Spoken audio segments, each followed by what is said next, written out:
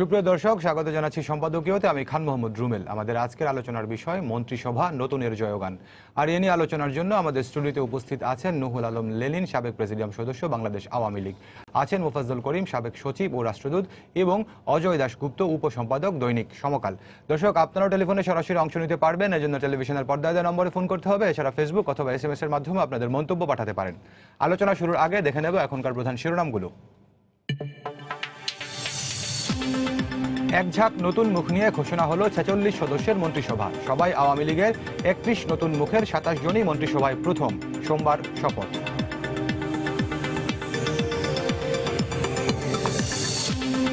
সংসদ সদস্য হিসেবে শপথ নিলেন জাতীয় পার্টির চেয়ারম্যান এরশাদ। মহাজোটের সঙ্গে আলোচনা করেই মন্ত্রিসভায় না থাকার সিদ্ধান্ত, জানালেন রাঙ্গা।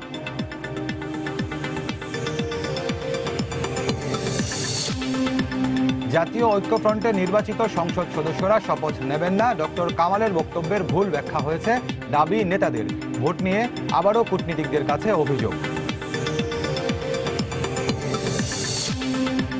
সর্বোচ্চ রাষ্ট্রীয় সম্মানে সৈয়দ আশরাফকে বিদায়। সংসদ ভবনে প্রথম জানাজায় অংশ নিলেন রাষ্ট্রপতি। প্রধানমন্ত্রীর শ্রদ্ধা। শোলাকিয়ায় আবেগঘন পরিবেশ।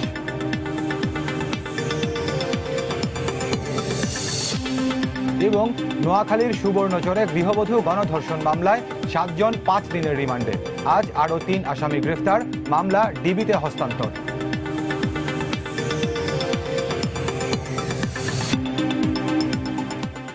দর্শক, শিরোনাম দেখছিলেন, মূল আলোচনা জিতেছে। এর মধ্যে জেনেছেন যে আজকে আমাদের আলোচনার শিরোনাম নতুন মন্ত্রিসভা, নতুনের জয়গান। আপনারা জানেন যে আজকে যে মন্ত্রিসভার যে ঘোষণা এসেছে, আগামীকালকে নতুন মন্ত্রীরা শপথ নেবেন। আমরা সেই বিষয় নিয়ে আলোচনা করব।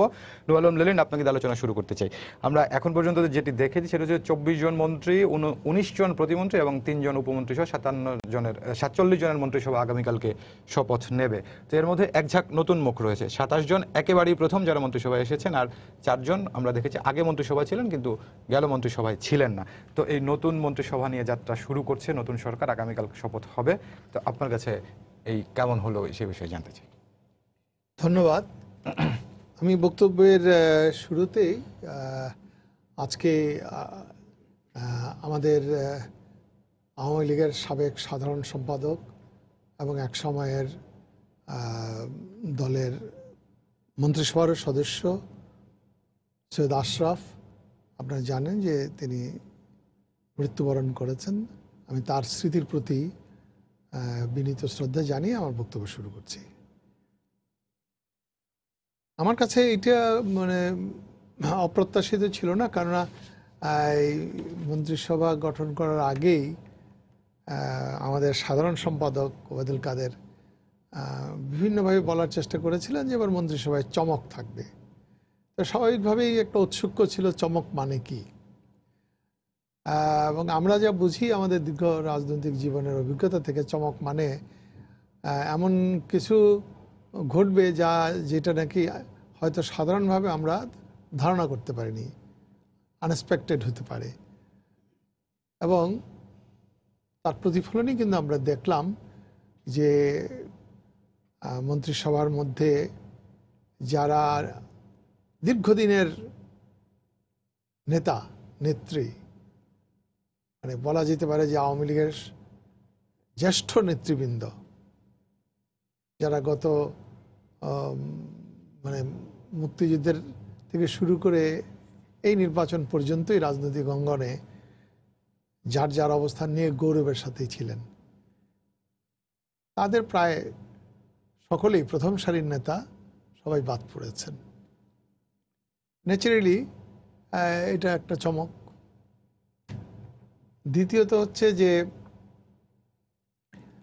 এমন এক ঝাঁক নতুন মুখও এসছে যাদের সম্পর্কে হয়তো যে এই কয়দিন যে বিভিন্ন পত্রপত্রিকায় নানান গসিপ চলেছে, নানান স্পেকুলেশন চলেছে, হ্যাঁ, কেউ তাদের নামও উল্লেখ করেনি, কোনো স্পেকুলেশনও নাম ছিল না। হ্যাঁ, দুই চারজন ছাড়া অন্যদের নাম ছিল না, কিন্তু তারা কেউ মন্ত্রী, কেউ প্রতিমন্ত্রী, কেউ উপমন্ত্রী হয়েছেন।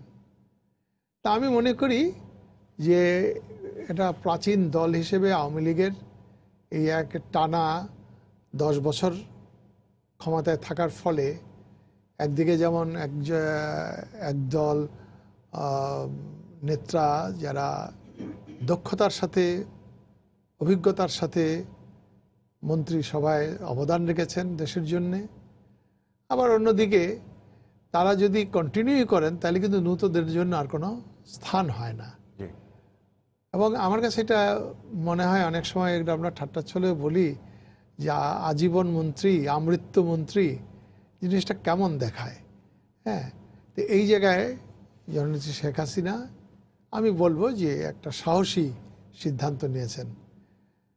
যাদেরকে বাদ দিয়েছেন তারাও নিশ্চয়ই এটা রিয়েলাইজ করবেন যে কেউ 3 দফায় টানা মন্ত্রী ছিলেন, কেউ টানা 10 বছর ছিলেন। এবং এরকম আমরা দেখেছি যে 96-তে যখন আওয়ামী লীগ সরকার গঠন করে তখন থেকে শুরু করে প্রতিটি মন্ত্রিসভায় ছিল। হ্যাঁ, প্রতিটি মন্ত্রিসভায় ছিলেন। কাজেই তাদের বাদ যাওয়াটাতে কেউ অবাক হয়নি। এবং এটাও ঠিক যে কারো কারো মনে প্রশ্ন জাগতে পারে যে এই লোকগুলো তো পরীক্ষিত বা এদের অনেকেই রেকর্ড অত্যন্ত উজ্জ্বল, কিন্তু তারপরেও এই রেকর্ডটা কোনো না কোনো সময় শেষ হবে। তো কোনো জায়গায় একটা দাড়ি কমা সেমিকোলন দিতে হবে। সেইটা শেখ হাসিনা করলেন এবং এক বলা যেতে পারে যে অপেক্ষাকৃত জাতীয়ভাবে সেইভাবে খুব বড় মাপের নেতা নন দলীয়ভাবে। হ্যাঁ, 2-1 ছাড়া আর বাকি সবাই আসলে তারা সাইডের খেলোয়াড় ছিলেন। কেউ মানে ফরওয়ার্ডের খেলোয়াড় না, মূল একাদশের নয়। এখানে ভালো দেখা যাক। এবং আমার নিজের ধারণা যে এর ফলে আরও একটা গতিশীল কাজকর্মে পরিবেশ সৃষ্টি হবে, গতিময়তা আসবে, নতুনরা উৎসাহিত হবে। আবার অভিজ্ঞতার ভেতর দিয়েও মানে এই সিলেকশন কতটা ঠিক হলো, কোনো ভুল হলো কিনা, কারণ মানুষ নিয়েই তো কারবার, ভুল শুদ্ধ হতেই পারে, অভিজ্ঞতা সেটা বলে দেবে। অতীতের সবই যে ঠিক ছিল তাও তো না। জি, ধন্যবাদ আপনাকে। মুফাজ্জল করিম, আপনার কাছে আসতে চাই। সেটি হচ্ছে যে লেলিন ভাই বলছিলেন যে চমক, আমরা দেখেছি এবারে আরেকটি নতুনত্ব, সেটি হচ্ছে যে মন্ত্রিসভায় কারা আসছেন সেটি আনুষ্ঠানিকভাবে মন্ত্রী পরিষদ সচিব একেবারে সংবাদ সম্মেলন করে বলে দিয়েছেন এবং কে কোন মন্ত্রণালয় পাচ্ছেন। এর আগেগুলোতে আমরা যেটি দেখতাম সেটি হচ্ছে যে হয়তো শেষ নাগাদ ফোন পাচ্ছেন, আমরা গণমাধ্যম কর্মীরা ভিড় করছি, অমুকে প্রবেশ করেছেন, এবং শপথ নেওয়ার পরপরই কেউ জানতে পারতেন না যে কে কোন মন্ত্রণালয়ে পাচ্ছেন। তো এবার এই পরিকল্পিতভাবে মনে হচ্ছে এগোচ্ছে। এই জায়গাটাতে কিন্তু নতুনত্ব আমরা দেখি, শুধু সদস্য কারা সেটিতে নতুনত্ব না, মানে ঘোষণার ধরনটিও নতুনত্ব ছিল। চমক সব দিক দিয়ে চমক। জি জি।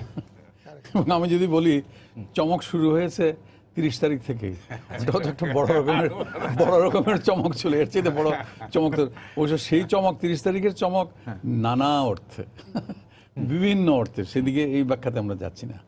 আপাতত যেটা আমার কাছে একটু মানে কেমন কেমন লেগেছে, আমি অ্যাকচুয়ালি হঠাৎ করে বিকালের দিকে টেলিভিশনটা খুললাম, খুলে দেখি নাম স্ক্রল যাচ্ছে। ব্যাপারটা কি হয়েছেটা কি, পুরোটা দেখলাম স্ক্রল, যে এরা মন্ত্রী হয়েছেন, প্রতিমন্ত্রী উপমন্ত্রী হয়েছেন।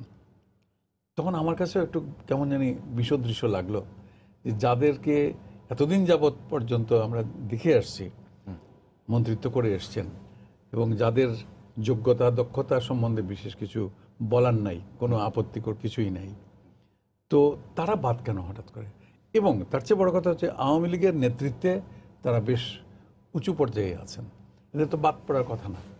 এদের অনেকে সবাইকে আমি ব্যক্তিগতভাবে চিনি। জনাব তোফায়েল আহমদ তো আমার শেষ পর্যায়ে যখন আমি চাকরি দিয়েছিলাম তখন আমার মন্ত্রীও ছিলেন, আমি বাণিজ্য সচিব ছিলাম অল্প কিছুদিনের জন্য, উনি আমার মন্ত্রী ছিলেন। যাই হোক, তখন চমকে উঠলাম। তো এই পুরানোদের বাদ দেওয়ার এটাতে আমার একটা পুরানো একটা প্রবাদ বাক্য, ইংরেজি প্রবাদ বাক্য মনে পড়লো। সেটা হচ্ছে ওল্ড ইজ গোল্ড বলা হয়ে থাকে। যে পুরানো জিনিস হলে পরে এটা বুঝতে হবে যে ভালো, ওল্ড ইজ গোল্ড। পুরানো চাল ভাতে বাড়ে, বাংলায় বলে পুরানো চাল ভাতে বাড়ে, এরকম। এবার মনে হচ্ছে old is not always gold. বোধহয় কিছু একটা কিন্তু একটা কিছু আছে, কিছুই না থাকুক, হয়তো তারা ঝকঝকে। এর বিপরীতে এটা আছে না, শত ফুল ফুটতে দাও। আমাদের যে একটু বড় দল, তারা এইবার নিয়ে তৃতীয়বারের মতো টানা ক্ষমতা। আমি একটা করে বলি, এটাতে আর কি আমার প্রথম মনে হয়েছে যে বোধহয় কোনো কারণে আর কি মনে হচ্ছে যে old is not always gold, আচ্ছা। নতুনকে একটু সুযোগ দেওয়া হোক ইত্যাদি। এবং এই সুযোগ দেওয়ার যে কথাটা আপনিও তুললেন বা আমিও ভাবছিলাম, এটা কি মাননীয় প্রধানমন্ত্রী শেখ হাসিনা, আওয়ামী লীগের সভানেত্রী, উনি কি একটা ট্রেন আপ করে তোলার চেষ্টা করছেন কিনা, যে এখন যাদের আনলেন তাদেরকে 5টি বছর রাজনীতিতে এবং মন্ত্রিত্বতে শেখাবেন নাকি? একটু মানে প্রশিক্ষিত করে তোলা আর কি। এবং হয়তো তার ভিশনটা হচ্ছে গিয়ে সেই পুরানো কথা আর কি, যে একটা ভবিষ্যতে আবার ক্ষমতা ইত্যাদিতে আসবেন। যেটাই হোক না কেন, সাধারণ জনগণের প্রত্যাশা হলো যেই মন্ত্রী হোক তাতে সাধারণ মানুষের কিছু যায় আসে না। কারণ মন্ত্রীরা তো সাধারণ মানুষের ভাই বেরাদর আত্মীয় স্বজন কিছুই না। মন্ত্রীরা হচ্ছেন জনগণের সেবক হওয়ার কথা, সেবা দান করার কথা। তাদের কাছ থেকে জনসাধারণ যদি সেই প্রকৃত সেবাটা যদি পায়, দেশ এবং রাষ্ট্রের যদি মঙ্গল হয়, তাহলেই সাধারণ মানুষ খুশি। ওই যে ইংরেজিতে আবার একটা প্রবচন আছে, এটাও বলি, it is not important whether the cat is white or black. What is important is whether the cat can kill the mice. ওই বিড়ালটা সাদা রঙের না কালো রঙের তাতে কিছু যায় আসে না, ওটাকে ইঁদুর মারতে পারে কিনা। তা আমরাও সেটাই বলি, বিড়াল তো না, এটা তো মন্ত্রী বলতে হয় আর কি। মাননীয় মন্ত্রীরা কি বৃদ্ধ না প্রবীণ না নবীন না তরুণ, এটাতে আমাদের কিছু যায় আসে না। ওনাদের কাছ থেকে আমরা কি সেবা পাবো সেটা। আমি সত্যি কথা বলতে গেলে আমি ব্যক্তিগতভাবে আমি তাদের সবাইকে অভিনন্দন জানাচ্ছি এবং তাদের সাফল্য কামনা করছি। আমি আশা করছি তাদের কাজ দিয়ে, তাদের দায়িত্ব পালনের মাধ্যমে তারা তাদের যোগ্যতা এবং দক্ষতা প্রমাণ করতে পারবেন। দেশের মঙ্গল হবে এবং দেশে যে সমস্ত অনাচার বহুদিন যাবৎ চলে আসছে সেগুলো আর আমরা দেখতে চাই না। এখন একটা সত্যিকারের সুশাসন দেখতে চাই। সত্যিকারে এখন উন্নয়ন হয়েছে, এখন সুশাসন। উন্নয়ন এখানে চলে গেছে, সুশাসন এখনো নিচে পড়ে আছে। দুইটার আমরা সম্মিলন দেখতে চাই, আর দুইটার সম্মিলনের ফলই হবে গণতন্ত্র, যেটা চূড়াতে বসে আছে। জি, ধন্যবাদ। অজয় দাশগুপ্ত, আপনার কাছে আসতে চাই। এর আগে লেলিন ভাই একটি কথা বলছিলেন যে আমরাও দেখেছিলাম যে গণমাধ্যমে অনেক রিপোর্ট হচ্ছিল, বিভিন্ন কারা মন্ত্রিসভায় আসতে পারেন, নানান ধরনের নাম আসছিল, তো সেই নামগুলোর অধিকাংশই কমন পড়েনি, সেটি আমরা দেখেছি। এবং এরকম আমরা গণমাধ্যমে রিপোর্ট দেখেছি যে শতাধিক এমপি এবার তদবির করছেন মন্ত্রী হওয়ার জন্য, কিন্তু সেই দিকে যায়নি। তো এই যে রিপোর্টগুলো হয় আসলে এগুলো আসলে কতটা তথ্য নির্ভর হয় আর কতটা অনুমান নির্ভর হয়? আপনি জাস্ট বলেন শেখ হাসিনা এই যে মন্ত্রিসভা করলেন, এটা কি বড় ধরনের হোমওয়ার্ক ছাড়া সম্ভব না। এবং সেটা কি 30শে ডিসেম্বর থেকে আজকে 6 জানুয়ারি এই কয়দিনের মধ্যে এটা করেছেন? 60-এর দশকে ছাত্র আন্দোলনের উজ্জ্বল নক্ষত্র, স্বাধীনতা সংগ্রামে তরুণ প্রজন্মকে বঙ্গবন্ধুর পক্ষ হয়ে উদ্বুদ্ধ করা, সেই সেটটা কিন্তু বাদ পড়েছে পুরোটাই। যদি বলেন 96-এ যাদের নিয়ে মন্ত্রিসভা করেছিলেন, সেটার মধ্যে আনোয়ার হোসেন মঞ্জু এবং আব্দুস সামাদ আজাদ ছাড়া কারোই মন্ত্রিসভায় কখনো স্থান পাওয়ার সুযোগ ঘটেনি, তাই না? এটা এবং সবচেয়ে বড় আমার জানা নেই যে বিশ্বের সংসদীয় গণতন্ত্রই বলি আর যে বলে একটা সরকারের ধারাবাহিকতায় প্রধানমন্ত্রী বা রাষ্ট্রপ্রধানের 36 জন মন্ত্রিসভা থেকে একসঙ্গে বাদ পড়েছে। করিম ভাই, আগের মন্ত্রিসভা 36 জন, হ্যাঁ, নতুন এসেছে 31 জন, কিন্তু বাদ পড়েছে 36 জন। এটা আমার প্রমোশন হয়েছে, প্রতিমন্ত্রী থেকে মন্ত্রী হয়েছে। আমার ধারণা যে এরকম ঘটনা নেই। এবং এটার আমার কারণটা, আমার যেটা ধারণা যে শেখ হাসিনা নির্বাচনের সময় তার একটা চ্যালেঞ্জ ছিল যে 15ই আগস্ট 21শে আগস্ট এই ধরনের অনাচারের সঙ্গে যারা জড়িত, 71-এ মানবতা বিরোধী অপরাধ, যুদ্ধ অপরাধে যারা জড়িত, সেই শক্তিকে তিনি রাজনীতির মূল ধারার বাইরে ঠেলে দিবেন। 30শে ডিসেম্বর এই কাজটা তিনি করেন। 36-এর সঙ্গে মিলান একটু। হ্যাঁ, আমি আপনার এই বক্তব্য শুনে দাদা, এটা কি আপনি যেটা বলছেন যে না, দ্বিতীয় হলো যে 96-এ ওনার যে চ্যালেঞ্জ ছিল, 33-34% ভোট পেয়েছেন, পার্লামেন্টের সংখ্যাগরিষ্ঠতা ছিল না, জোড়াতালি দিতে হয়েছে, কিছুটা ঐক্যমত্যের সরকার করতে হয়েছে। বঙ্গবন্ধু হত্যাকাণ্ডের যে বিচার হয়নি, ইনডেমনিটি, এই অনাচার দূর করাটা তার কাছে প্রধান চ্যালেঞ্জ ছিল। সফল হন নাই, কিন্তু দুই একটা জায়গায় হাত দিয়েছিলেন, যেমন কৃষির দিকে নজর দিয়েছিলেন, খাদ্যে প্রায় স্বয়ংসম্পূর্ণতার কাছাকাছি চলে গিয়েছিলেন। 2008-এ কিন্তু উনি বাড়তি চ্যালেঞ্জটা নিয়ে গেলেন আর্থসামাজিক ক্ষেত্রে কতগুলো জায়গা, ডিজিটাল বাংলাদেশ। আর একটা বড় চ্যালেঞ্জ ছিল যে যুদ্ধাপরাধ 71 তাদের বিচার সম্পন্ন করা, এবং এইটা করতে করতেই কিন্তু একটা উন্নয়নের জায়গা আজকে যেটা দেশ বিশেষে সবাই স্বীকার করে। কিন্তু এইবারে 2018-র চ্যালেঞ্জটা কিন্তু আরও অনেক বড়, অর্থনীতির জায়গাটা, আবেগের জায়গা। ধরুন 15ই আগস্টের হত্যাকাণ্ডের বিচার, জেল হত্যাকাণ্ডের বিচার, 21শে আগস্ট হত্যাকাণ্ডের বিচার, যুদ্ধ অপরাধের বিচার, এটার সঙ্গে আমাদের জাতির উন্নতি, সমৃদ্ধি, এগিয়ে চলা অনেক কিছু জড়িত। কিন্তু তার সঙ্গে এই লক্ষ লক্ষ আওয়ামী লীগের কর্মী সমর্থক, তাদের একটা আবেগের দিক আছে, বাঙালির আবেগের দিক আছে, যুদ্ধাপরাধ, মানবতা বিরোধী অপরাধ, জাতির জনকের হত্যাকাণ্ড, এগুলোর বিচার। কিন্তু এখনকার চ্যালেঞ্জটার সাথে আবেগের চেয়ে আর্থসামাজিক জায়গাটা অনেক বড়, এবং সেই জায়গাটায় উনি একেবারে সম্পূর্ণ নতুন সেট নিয়ে, তুলনামূলক বয়সে কম, 80-90-এর দশকের ছাত্র আন্দোলন বা অন্যান্য পেশা ইত্যাদির সঙ্গে যুক্ত, ব্যবসায়িক কর্মকাণ্ডে যুক্ত, অর্থনীতিকে সমৃদ্ধ করার কাজে প্রত্যক্ষ পরোক্ষভাবে যুক্ত, এই সেটটা সামনে আনার চেষ্টা করেছেন। এবং সেটা করতে গিয়ে তার দুইটা ঝুঁকি হয়েছে। এই সেটে অনেক নতুন আছে, সেটা একটা বড় ঝুঁকি। রাজনীতিতে অভিজ্ঞ, দলের কাজ পরিচালনায় অভিজ্ঞ, রাজনৈতিক প্রতিপক্ষকে কথায়, আচরণে, মোকাবেলায় দক্ষ, তাদেরকে কিন্তু বাদ দিতে হয়েছে। এবং এই চ্যালেঞ্জটা নিশ্চয়ই আমরা চাইব যে তিনি জয়ী হন। জি, ধন্যবাদ আপনাকে।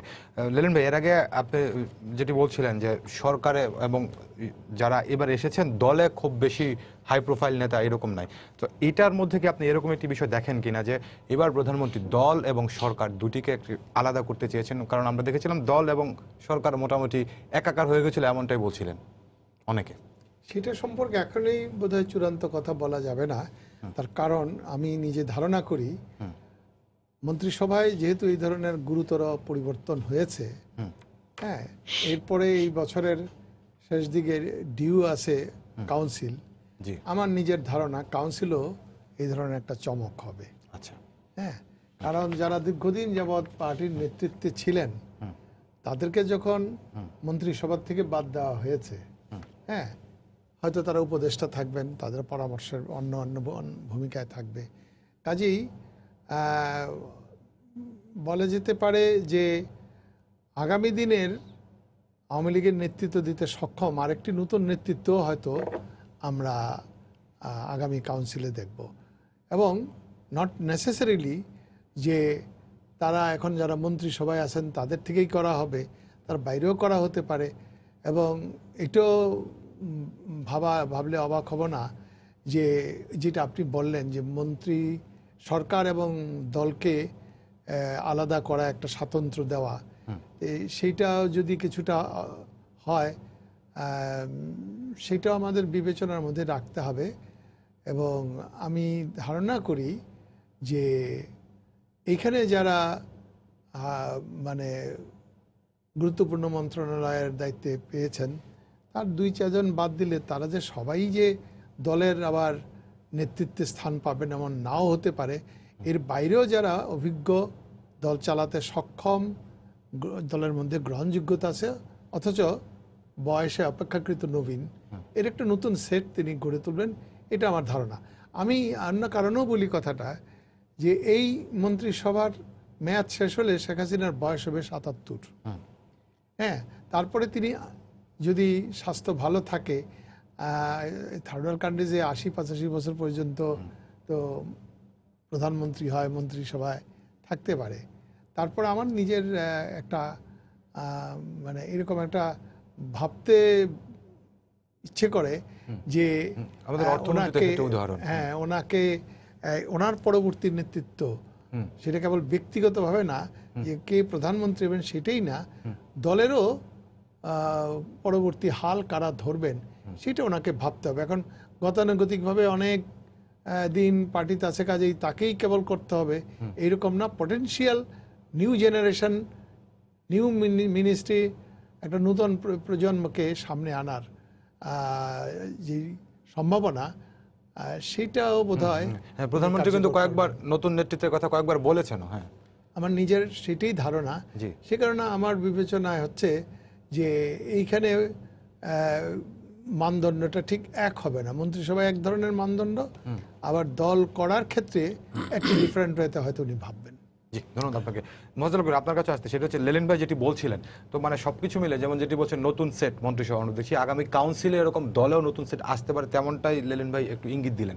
তো এইসব দেখে কি বোঝা যায় আওয়ামী লীগ আসলে খুব সুদূর প্রসারী এবং সুস্পষ্ট লক্ষ্য নিয়ে এগিয়ে যাচ্ছে? হ্যাঁ, আমার তো মনে হচ্ছে একটা পরিকল্পনা আছে নিশ্চয়ই ওনার। হুট করে এটা করে তারপরে খেয়ালখুশি মতো করার মতো কিছু করবেন বলে মনে হয় না শেখ হাসিনা। তো এখানে একটা ব্যাপার, একটা পয়েন্ট আমার নিশ্চয়ই উল্লেখ করা উচিত। আমরা বেশ কিছুদিন যাবৎ শুনে আসছি এবং পড়ে আসছি বিভিন্ন লেখালেখির মধ্যেও, অনেকে কলম ধরছেন এই ব্যাপারে, যে এবার যে মন্ত্রিসভা হবে এটা প্রবীণ নবীনের সম্মিলন হবে, এমন নতুন পুরানোদের সম্মিলন হবে। এইটা যখন আমরা আর কি বিবেচনা করি, তখন অবশ্যই প্রবীণদের মধ্যে যারা প্রবীণতম তাদের কিছু কিছু মানে মন্ত্রিসভায় রাখার প্রয়োজনীয়তা আমি ব্যক্তিগতভাবে মনে করি। কিন্তু আমরা এবার দেখতে পাচ্ছি কি, এবার যেন পাল্লাটা বেশি নবীনদের দিকে বেশি ঝুঁকে গেছে। আর প্রবীণদের তাও যা যদি মনে করতাম যে না ঠিক আছে, তুফাইল আহমদ সাহেব বা সে কি বলে আমির হোসেন আমু সাহেব, মতিয়া চৌধুরী, মতিয়া চৌধুরী, মতিয়া চৌধুরী ধরেন, আচ্ছা মতিয়া চৌধুরীর কথাটা যখন তুললেনি, একটু আগে অজেদা যেটা বলছিলেন যে কৃষির দিকে নজর দিয়েছিলেন 1996-তে, এবং সেই যে সাফল্যটা এসছিল যেটা আর কি, এটা নিয়ে বিতর্ক করার কিছু নাই। এটার মূলে কিন্তু যদি একজন ব্যক্তি যদি ছিলেন তাহলে সেটা মতিয়া চৌধুরী। কারণ ওই মন্ত্রণালয়ে আমিও বেশ কিছুদিন চাকরি করেছি, আমি জানি মন্ত্রীর নির্দেশনা বা মন্ত্রীর সম্পৃক্ততা কতটুকু ইম্পর্টেন্ট। আর সবাই এক বাক্যে স্বীকার করতো তার ইয়ে, তাহলে মতিয়া চৌধুরী বাদ পড়লেন কেন? আর তার বয়সও তো একেবারে যে খুব একেবারে তিনি যৌতুক হয়ে গেছেন তা মনে করার কোনো কারণ নেই। তেমনি আরও অনেকের কথাই বলা যেতে পারে। যাই হোক, এটা এর জন্য আমার কেন জানি মনে হয় হ্যাঁ ওটাই ঠিক, যে উনি চাচ্ছেন একটা নতুন সেট আপ উনি গড়ে পিঠে তুলবেন, কেমন, এটাই তার প্রায়োরিটি নাম্বার 1, যে ভবিষ্যতের জন্য আর কি এটা সামনের দিকে তাকিয়ে ইয়ে করবেন। এটার মধ্যে কে বয়স বেশি, কার কন্ট্রিবিউশন বেশি, কার কি, এটাতে খুব বেশি একটা ইয়ে দেওয়া হয় নাই। তা না হলে পরে সততা বলুন, দক্ষতা বলুন, যোগ্যতা বলুন, এগুলাতে মতিয়া চৌধুরীর তো মানে তুলনা হয় না। অনেকে যে 36 জন নাই এবারে, তাদের অনেকে সততা দক্ষতা অনেকের এগিয়ে আছেন, অনেকের। আর এই সময়টাতে হয়তো কোনো মন্ত্রণালয় দুই একটা বিশেষ কারণে একটু সামনে হাইলাইটেড হয়েছে। যেমন মনে করুন সে বাণিজ্য মন্ত্রণালয়, আন্তর্জাতিক বাণিজ্যে এখন খুবই একটা গুরুত্বপূর্ণ সময় যাচ্ছে বাংলাদেশের জন্য, কেমন জিএসপি ইত্যাদি নিয়ে টিয়ে, তারপরে রপ্তানি ইত্যাদি কখনো বাড়ছে, কখনো একটু স্তীমিত হয়ে আসছে। এই সমস্ত কারণে আছে, এরকম প্রত্যেক মন্ত্রণালয়ের সম্বন্ধে কিছু না কিছু বলা যায়। সেই কারণে দেখা যাক, আমরা একটা চমকেরই আপনার কাছে আসবে। এখন দর্শক ফোন আছে, ফোনটা নিয়ে আসছি। জি দর্শক, আপনার পরিচয় দিয়ে প্রশ্ন করুন। ওয়ালাইকুম আসসালাম, জাহিদুল বলছিলাম। জি বলুন। আমি সম্মানিত আলোচক বৃন্দ, তাদের মধ্যে মোফাজ্জল করিম স্যারের কাছে একটা বিনীত প্রশ্ন রাখতে। জি বলুন। আমি জানতে চাচ্ছিলাম আমি স্যারের কাছে যে মন্ত্রী পরিষদে যারা সিনিয়র মন্ত্রী বাদ করেছেন তাদেরকে মন্ত্রী পদমর্যাদায় অন্য কোনো পদে অভিষিক্ত করা হবে কিনা, বা ওরকম কোনো পদ আছে কিনা, উপদেষ্টা বা সংসদীয় স্থায়ী কমিটির স্ট্যান্ডিং কমিটির সভাপতি, এই ধরনের। একটা প্রশ্ন আছে যে শরিক দলের থেকে কোনো মন্ত্রী নেওয়া হয়নি, এটা কেন নেওয়া হয়নি, এটা একটু জানতে চাই। জি জি, ধন্যবাদ আপনাকে, ধন্যবাদ। শরিক দল থেকে মন্ত্রী নেওয়া হয়নি। যেরকম আজকে বোধহয় চমকের উপরে যাচ্ছে এই প্রশ্নটা আমি লেনিন ভাইয়ের কাছে নেওয়ার চেষ্টা করব। আমাকে কেন এটা বলুন, লেনিনকে বললে পরে লেনিনের হয়তো কিছুটা অভিজ্ঞান থাকতে পারে। লেনিন আপনার কাছে আসবে। তার অজয় আপনার কাছে এর আগে আপনি উন্নয়নের কথা বলছিলেন, আমরা দেখেছিলাম যে গত 2 মেয়াদে আওয়ামী লীগের উন্নয়ন হয়েছে এমনটাই। আবার পাশাপাশি কিছু কিছু জায়গায় আমরা কিছু প্রশ্ন দেখেছিলাম, যেমন সুশাসন এবং দুর্নীতির ক্ষেত্রে কিছু কিছু প্রশ্ন ছিল। স্বয়ং অর্থমন্ত্রীকে আমরা বলতে শুনেছি তিনি আর্থিক খাত নিয়ে হতাশ, তো ইত্যাদি। তো এবারে যে সরকারটি গঠিত হতে যাচ্ছে, কালকে শপথ হবে মন্ত্রিসভার, তো এই চ্যালেঞ্জগুলোকে থাকছে আওয়ামী লীগের সামনে।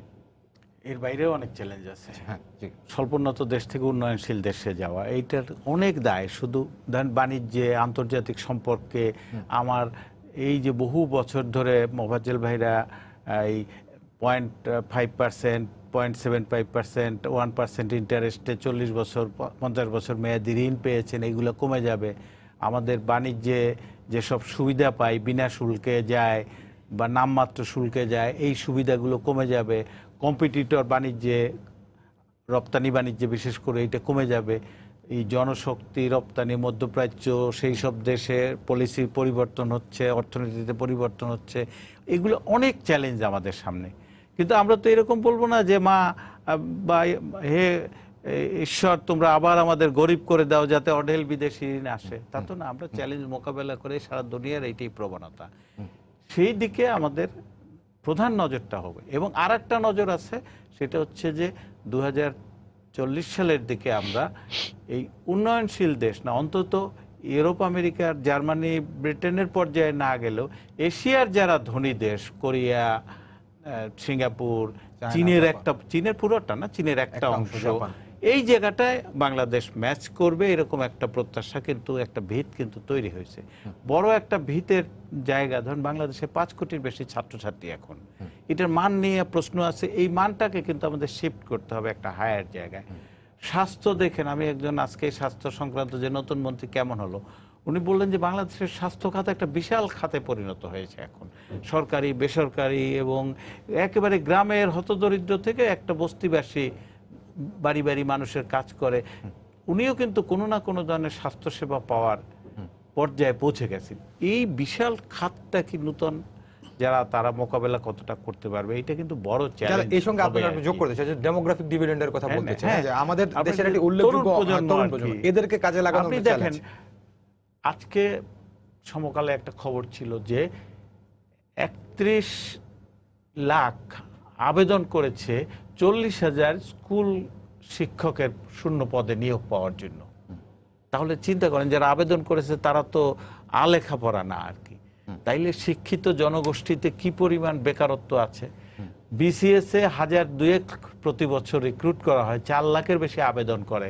যারা এমএ পাশ করে, এমএসসি পাশ করে, তার মধ্যে যারা নিজেদেরকে তত মেধাবী মনে করে না, তারা কিন্তু বিসিএস আবেদন করে না, তারপরেও 4 লাখ আবেদন করে।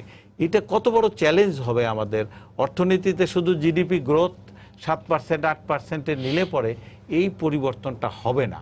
এই নতুন মন্ত্রিসভার সামনে কিন্তু এইগুলো বড় বড় চ্যালেঞ্জ, যে আমরা টার্গেট ধরে আছি কিন্তু যে পদ্মা সেতু চালু হলে জিডিপি গ্রোথটা ডাবল ডিজিট 10%-এ চলে যেতে পারে।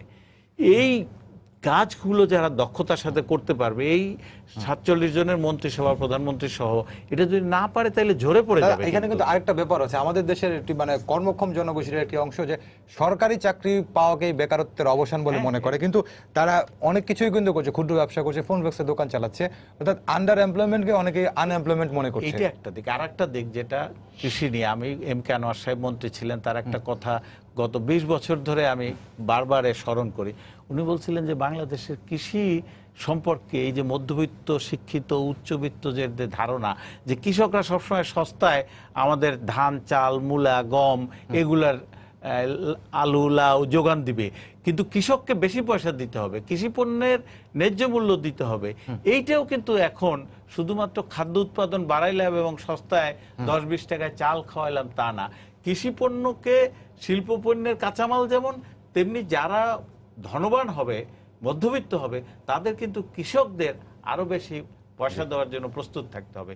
এইটাও কিন্তু অর্থনীতির বড় চ্যালেঞ্জ হবে এবং নতুন মন্ত্রিসভার সামনে গত বাধা পথে চলার কোনো সুযোগ নেই। ধন্যবাদ। একজন দর্শক ফোন আছেন।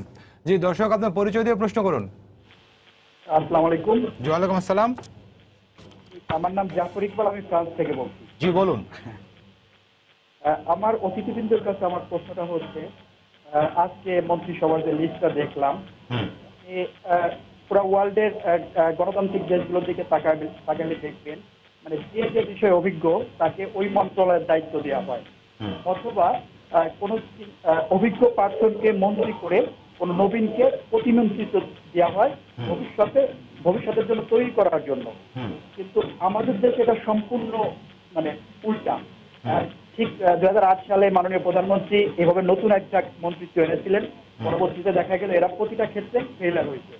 যখন 2014-তে আবার ক্ষমতা আসলেন, তখন তিনি অভিজ্ঞতার মূল্যায়ন করলেন এবং সুন্দরভাবে দেশ পরিচালনা করলেন। কিন্তু এবার দেখা যাচ্ছে ঠিক সেই 2008 সালের মতো পরিস্থিতি। অতিথিবৃন্দের কাছে আমার প্রশ্ন, আসলে কি এটা বাংলাদেশের প্রেক্ষাপটে কতটা যুক্তিসঙ্গত এবং কতটা বোঝা গেছে আপনার প্রশ্নটি বোঝা গেছে। এই প্রশ্ন উত্তর আমরা নেব, মোফাজ্জল করিমের কাছে নেওয়ার চেষ্টা করব। তার আগে লেলিন ভাই আপনার কাছে আসতে, দর্শকটি প্রশ্ন করেছিলেন, তো সেই প্রশ্নের উত্তর তো আসলে আমাদের দেওয়া সম্ভব না, কিন্তু একটি অংশ ছিল যে শরিক দলের কেউ নেই এই নতুন মন্ত্রিসভা, এই জায়গাটাতে আপনি একটু আলোচনা করবেন কিনা? না, এটা নিয়ে আমাদের আলোচনা করার সুযোগ অত্যন্ত সীমিত। তার কারণ হচ্ছে শরিক দলের সাথে নিশ্চয়ই আলোচনা করে এটার, আমি মনে করি না যে মন্ত্রিসভা এই 46 জনেই সীমাবদ্ধ হয়ে শেষ হয়ে যাচ্ছে। হয়তো মন্ত্রিসভাতে আরও কিছু অন্তর্ভুক্তির প্রশ্ন আসতে পারে। সেইটে শরিক দল থেকে যে পুরানোই নেবেন বা নতুন নেবেন সেটা বিবেচনার মধ্যে অবশ্যই রাখবেন। আমার কাণ্ডজ্ঞান বলে যে শরিক দলেরকে কোনো না কোনোভাবে মন্ত্রিসভায় ইনভলভমেন্টের একটা সুযোগ বা সম্ভাবনা রয়েছে। সেটা কাকে নেবে সেটা প্রধানমন্ত্রীর এখতিয়ার। আর 2 নম্বর, উনি যে প্রশ্নটা করলেন এর উত্তরটা আমি দিই, কারণ আমি তো মোটামুটি যাদের মন্ত্রিসভায় নেওয়া হয়েছে সিনিয়র পার্টিকুলারলি তাদের পারফরমেন্স সম্পর্কে মোরলে জানি। এই কথাটা ঠিক যে যেমন মনে হয় যে বোধহয় সব অনভিজ্ঞদের নিয়েই বোধহয় করা হলো, তা কিন্তু ঠিক না। মন্ত্রিসভায় গত মন্ত্রিসভায় ছিল অথবা আগে ছিল এরকম বেশ কয়েকজনকেই কিন্তু গুরুত্বপূর্ণ মন্ত্রণালয়গুলোতে দেওয়া হয়েছে। বলতে পারি যে কৃষিমন্ত্রীদের ডক্টর রাজ্জাককে, তিনি একজন কৃষিবিদ। সাপোজ অর্থ মন্ত্রণালয়, আগে যিনি প্ল্যানিং মিনিস্টার ছিলেন, 10 বছর প্ল্যানিং মিনিস্টার ছিলেন, তিনি অর্থ মন্ত্রণালয়ের দায়িত্ব পেয়েছেন। অর্থ মন্ত্রণালয়ের যিনি প্রতিমন্ত্রী ছিলেন তিনি এবার প্ল্যানিং মিনিস্ট্রির দায়িত্ব পেয়েছেন, পরিকল্পনা মন্ত্রণালয়ের দায়িত্ব পেয়েছেন। আপনি ইয়ের কথা বললেন যে ডক্টর রাজ্জাকের কথা বললেন যে তিনি তো আগের বারে এক দফা খাদ্যমন্ত্রী ছিলেন, এবার কৃষিমন্ত্রী এবং ব্যক্তিগতভাবে তিনি কৃষিবিদও বটে। হ্যাঁ, তারপরে যদি স্বাস্থ্য মন্ত্রণালয়ে বলেন, স্বাস্থ্য মন্ত্রণালয়ের তিনি প্রতিমন্ত্রী ছিলেন। এইভাবে যদি আমি দেখি একেবারে আনকোড়া মানে গুরুত্বপূর্ণ মন্ত্রণালয়ে তা কিন্তু না, অনেকেই আছে যারা পররাষ্ট্রমন্ত্রী একজন কূটনীতিবিদ ছিলেন, আর পররাষ্ট্রমন্ত্রী তিনি তো একেবারে সিজন মানে সেই জন্য আমি মনে করি যে গুরুত্বপূর্ণ মন্ত্রণালয়গুলোতে কোনো এক্সপেরিমেন্টের দিকে তিনি যাননি, বরং সেখানে কিছুটা অভিজ্ঞতা সম্পন্ন স্বরাষ্ট্রমন্ত্রণালয়ের পুরনো মন্ত্রী আছে, স্বরাষ্ট্রমন্ত্রীও পুরনো আছে। এই বিবেচনা থেকে আমি দেখি যে একেবারে সব নূতন একেবারেই প্রথম তা কিন্তু না। জি, ধন্যবাদ আপনাকে। মজলুক, আপনার কাছে আসতে সেটা হচ্ছে আমরা একটু ঐক্যফ্রন্টের আলোচনায় আসতে চাই। সেটা হচ্ছে যে ঐক্যফ্রন্ট থেকে বিএনপি থেকে 5 জন, গণফ্রন্ট থেকে 2 জন, মোট ঐক্যফ্রন্ট থেকে 7 জন। তো আমরা যেটি দেখছি তারা শপথ নেবেন না বলছেন, তো তারা হয়তো ভোটটাকে প্রত্যাখ্যান করছে, নির্বাচনটাকে প্রত্যাখ্যান করছে সেই কারণে। কিন্তু যে ভোটাররা তাদেরকে ভোট দিয়েছেন এই 5টি আসনে অন্তত পক্ষে, সেই ভোটাররা তো নিশ্চয়ই সেটি আশা করছেন যে তারা তাদের প্রতিনিধিত্ব করবেন। তো যদি তারা সেই শপথ না নেন তাহলে সে ভোটারদের প্রত্যাশা জায়গাটা আসলে কোথায় যায়? তাহলে পরে তো ওনারা ভোটারদেরকেও প্রত্যাখ্যান করছেন, এরকম দাঁড়ায়, তাই না? এত কষ্ট করে ভোট দিলাম এবং আমাকেও প্রত্যাখ্যান করছে। ওয়েল, এটাতে আমি আমার ব্যক্তিগত মতটাই বলি, কারণ আমি এই বিষয়ে খুব একটা বিশ্লেষণে যাইনি বা করিনি, কিন্তু আমার কাছে একটু কেমন জানি একটু বেখাপ্পা মনে হচ্ছে। আমি 1 to 1 ব্যাপারটা দেখতে চাই, প্রার্থী এবং প্রার্থীর প্রার্থনা ছিল আমাকে ভোট দিন, আমি গিয়ে সংসদে গিয়ে আপনার জন্য কথা বলবো, এলাকার জন্য কথা বলবো, আপনাদের জন্য কাজ করব, সুযোগটা দিন। যে ভোট দিয়েছে ভোটার, সে তার প্রত্যাশা পূরণ করেছে, ভোটটা দিয়েছে। নাও এখান থেকে এক পক্ষ যদি সরে যায়, এখন যদি ভোটার যদি আবার একটা মিছিল বের করে বলে না আমি ভোট দিয়েছি, ভুল করেছি, এটা যেমন গ্রহণযোগ্য না, তেমনি যিনি প্রার্থী হয়ে যিনি জয়লাভ করলেন তিনি যদি বলেন না আমি ওখানে যেতে পারবো না, আর যাবো না, তাহলে পরে তো এটা এক ধরনের চুক্তিভঙ্গের মতো ব্যাপার হয়ে যায়। এই কারণে আমি মনে করি ব্যাপারটা আরেকটু গুরুত্ব সহকারে বিবেচনা করা উচিত ঐক্যফ্রন্টের, বিএনপির, সকলেরই আর কি। কারণ জনগণকে আপনি হতাশ করা চলবে না। ভোটাররা, আপনি সারা দেশে আপনি 0 পেয়েছেন, ঠিক আছে, বা 1 কি 2 পেয়েছেন, কিন্তু এইখানে একটি মানে বিশেষ একটি জায়গায়, একটি কনস্টিটিউয়েন্সিতে, সেখানে তো আপনি তো জয়লাভ করেছেন। সারা দেশে আপনার দল পরাজিত হোক, হয়তো জয়লাভ হয়েছে, সেখানকার লোকগুলো কি দোষ করলো? একটু ব্যক্তিগত কথা বলতে হয়। সুলতান মোহাম্মদ মনসুর আমার এলাকার, জি, জি, আরেকজন সিলেট দুই এমপি হয়েছেন। অতএব আমরা তো আশা করেছি যে যাক মাশাআল্লাহ অনেকদিন পর একজন অত্যন্ত যোগ্য ব্যক্তিকে আমরা নির্বাচিত করেছি।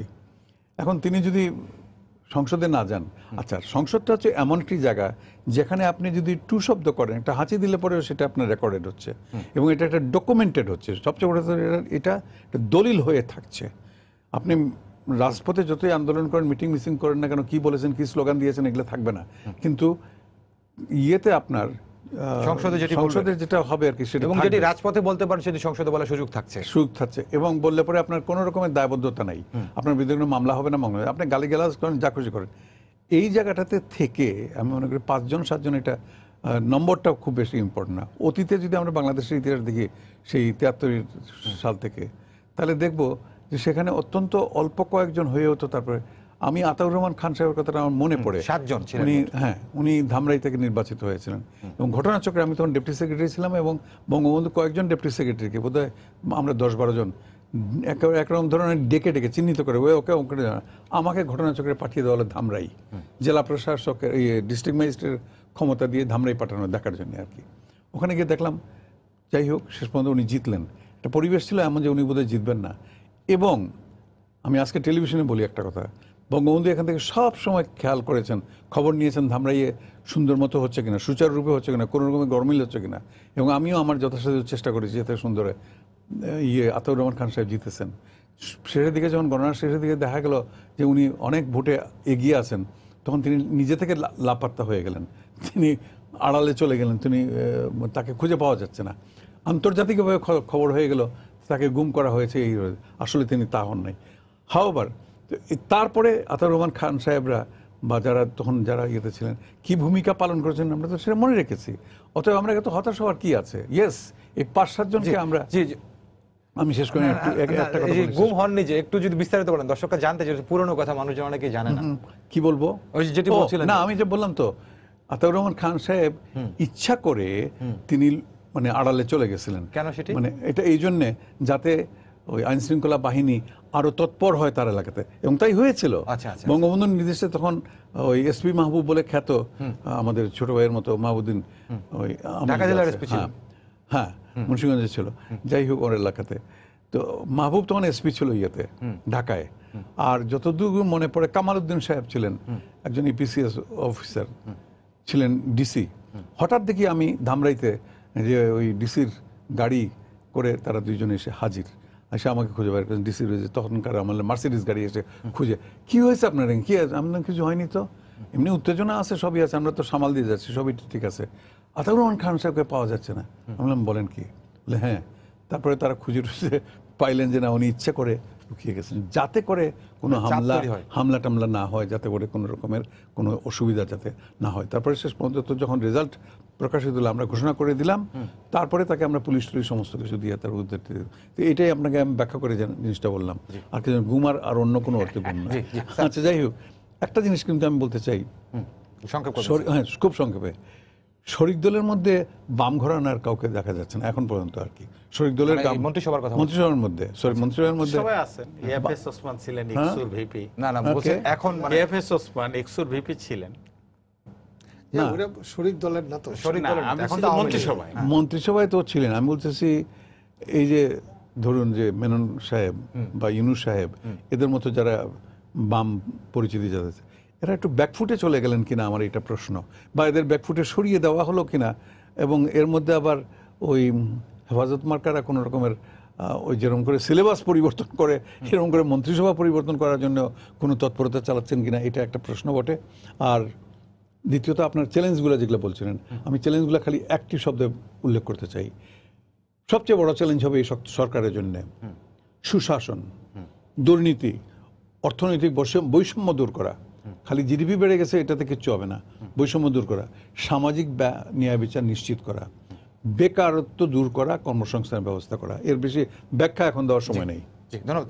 অজয়, আপনার কাছে সেটা হচ্ছে যে ঐক্যফ্রন্ট বা বিএনপি এখন বলছে তারা শপথ নেবে না, কিন্তু আপনার কি মনে হয় যে আসলে শেষ পর্যন্ত শপথ নিতে পারেন, মানে জনমতের প্রত্যাশার প্রতিফলন ঘটতে পারে তাদের সিদ্ধান্ত পরিবর্তনের ক্ষেত্রে? 1972-এর বঙ্গবন্ধু তাজউদ্দিন সাহেব এবং সুরঞ্জিত সেনগুপ্ত 70-এর ন্যাপ থেকে জয়ী হয়েছিলেন 35 জনের সংবিধান প্রণয়নের যে একটা কমিটি হয়েছিল তার সদস্য ছিলেন। বঙ্গবন্ধু তাকে একদিন এই সংবিধান প্রণয়ন কমিটি যখন পার্লামেন্টে রিপোর্ট উপস্থাপন করবে আলোচনা, তখন বঙ্গবন্ধু একদিন তাকে বাসায় ডেকে খাওয়াইলেন। তারপর বললেন যে তাজউদ্দিনের সাথে একটু কথা বলিস, তাকে আমি সব বলছি।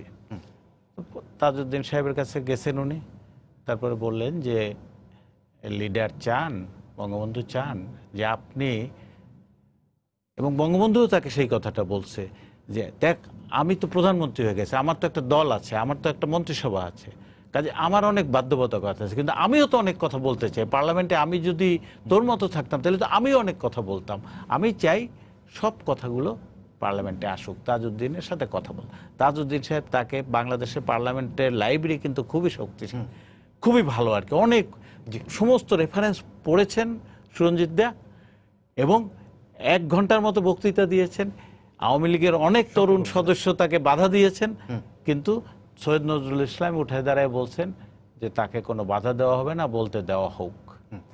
এই 7 জন যদি, আমার ধারণা ঐক্যফ্রন্ট এই অভিজ্ঞতাটা মনে রাখবে। সুরঞ্জিত দা কিন্তু পরে 40 বছর বা তারও বেশি রাজনীতিতে কিন্তু বড় প্রভাব নিয়ে ছিলেন। আমরা আশা করব যে এই রিজভী সাহেবের প্রতিদিনের সাংবাদিক সম্মেলন না করে নিয়মিত সংসদে গিয়ে একই কথাগুলো বলুক। জি না, ধন্যবাদ লেন ভাই। আপনার কাছে আসবো তার আগে মুফাজ্জল ভাই আপনার কাছে শেষবারের মতো আসতে চাই, সেটা হচ্ছে আজকেও ঐক্যফ্রন্টের নেতারা কূটনীতিদের সঙ্গে বৈঠক করেছে, যুক্তরাষ্ট্র, যুক্তরাজ্য, ইউরোপিয়ান ইউনিয়ন সহ বেশ কিছু দেশ। এর আগে তো তারা মার্কিন যুক্তরাষ্ট্রের রাষ্ট্রদূতের সঙ্গে দেখা করেছিলেন। তো যাদের নির্বাচন নিয়ে, তার নির্বাচন সুষ্ঠু নিয়ে এই বিষয়টা তারা বলতে চাচ্ছেন, কিন্তু যাদের সঙ্গে তারা বৈঠক করছেন সেই দেশগুলোর বেশিরভাগই বা প্রায় সবাই কিন্তু বর্তমান সরকারকে অভিনন্দন জানিয়েছে। বর্তমান যে নির্বাচন সেই ব্যাপারেও তারা শুভেচ্ছা জানিয়েছে। এই ভুলটা আপনিও করলেন। আচ্ছা শুনেন, জি, ওই অভিনন্দন জানানো যেটা, এটা হচ্ছে কূটনৈতিক শিষ্টাচার। এটা না কোনো বিচার বিবেচনা করে নয়, জয়লাভ যেই করুক না কেন, যদি না হয়, কূটনৈতিক শিষ্টাচার যদি না হতো, তাহলে পরে যখন বাংলাদেশ যখন কোনো খেলায় ক্রিকেটে হেরে যায়, তার প্রতিপক্ষকে তারপরে অভিনন্দন জানায় কেন হেরে, ওইটা হচ্ছে ওই ধরনের অভিনন্দন। এটা সে একেবারে অন্তরের অভিনন্দন ধরনের মানে কোনো কারণ নেই। সম্পর্ক যেটা, সেটা নির্ভর করে কতকগুলা মৌলিক বিষয়ের উপরে, এবং পশ্চিমা দেশগুলো তারা একটা বিষয়ে খুবই গুরুত্ব দেয়, সেটা হচ্ছে কি মানবাধিকার এবং গণতন্ত্র।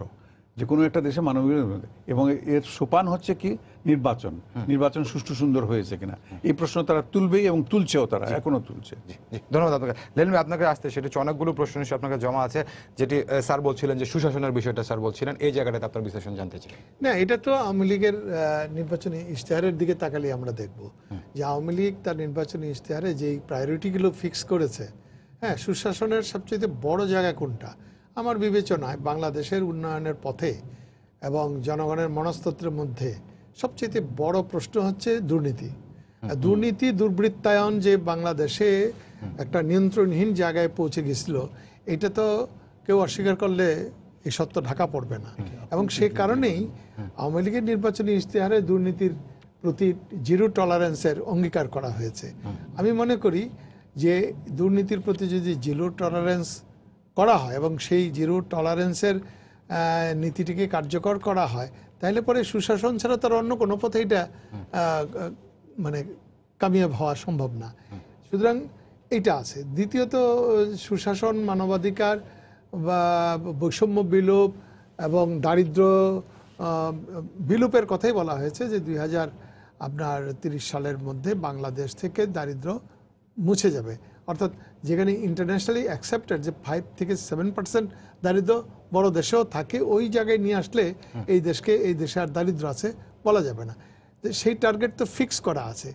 এবং আরেকটা যেটা আমি মনে করি এটা এই সরকারের জন্য সবচেয়ে বড় চ্যালেঞ্জ, সেটা মোফাজ্জল ভাইও বলেছেন, সেটা হচ্ছে যে যত বেশি উন্নয়নই হোক, যত প্রবৃদ্ধি হোক না কেন, হ্যাঁ, প্রবৃদ্ধি উন্নয়নের একমাত্র মাপকাঠি নয়। সম্পদের সুষম বন্টন এটা যদি না হয়, তাহলে বাংলাদেশে সমৃদ্ধি হলেও সেই সমৃদ্ধি জনমানুষের জীবনে কোনোদিনই মানে সুবাতাস বইয়ে আনবে না।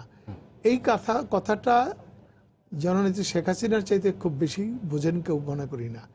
এই ব্যাপারে ওনার যথেষ্ট সচেতনতা আছে বলেই নানান উদ্ভাবনী পরিকল্পনা উনি নেন যে কি করা যায়।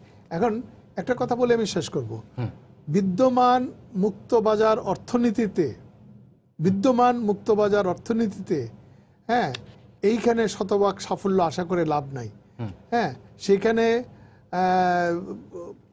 যদি এই দুর্বৃত্তায়নের ধারাটাকে পরিবর্তন করা যায় এবং একটা প্রোডাক্টিভ ক্যাপিটালিজম ডেভেলপ করানো যায়, যেটা নাকি এই সরকারের আসলে চ্যালেঞ্জ হবে, যে মুক্তবাজার অর্থনীতির কাঠামোর মধ্যেই এমন একটা মানে বাজার অর্থনীতি গড়ে তোলা, যে বাজার অর্থনীতি মানেই লুটপাট না, বাজার অর্থনীতি মানেই মানুষকে না খাওয়ায় রাখানো, দুর্নীতি না, সেই জায়গাটাই হচ্ছে এই সরকারের আসল চ্যালেঞ্জ, এবং সেটা মোকাবেলা করলেই আমি মনে করি যে এই লক্ষ্যগুলো অর্জিত হতে পারে। ধন্যবাদ আপনাকে নুর আলম লেন, মুফাজ্জল করিম, অজয় দাশগুপ্ত, তিনজনকে অসংখ্য ধন্যবাদ।